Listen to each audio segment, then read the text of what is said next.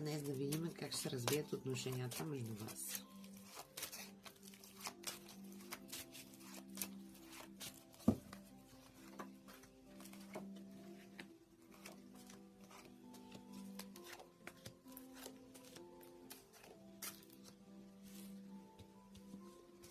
Така, между вас стои завръщане.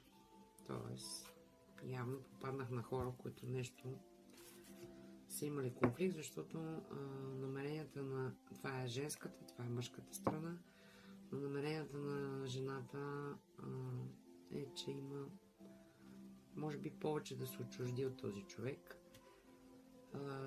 Намеренията е, че доста разрухи е имало. Емоционалното й състояние, тя добре се чувства по принцип. По-скоро има намерение към този човек да обърне по друг начин нещата, защото тя се чувства абсолютно стабилна, императрица. Стои си на мястото, наблюдавала е, видяла много неща. Смята, че има доста разруха между тези отношения и смята, че може би е по-добре да се отдръпне. Имаме завръщане с ново начало. Това е явно от мъжката страна. Да. Излиза абсолютно жреца, но този човек буквално с доста илюзии идва.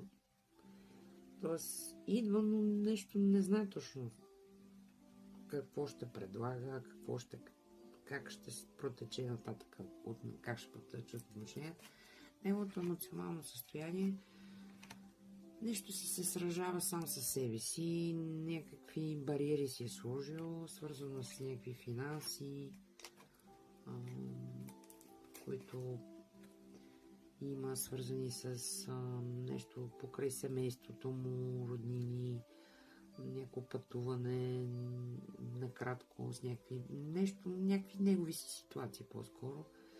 И затова си е сложил за сега бариери, но намеренията му да се завърне. И също така смята, че вие сте по принцип най-подходящата жена за него.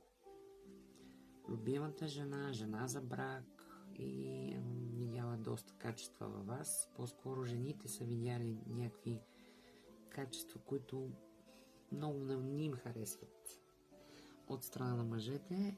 Има основателни подозрения, че и обществото ви харесва, но иска да наблюдава, да ви види в обществото какво се случва, как се случва,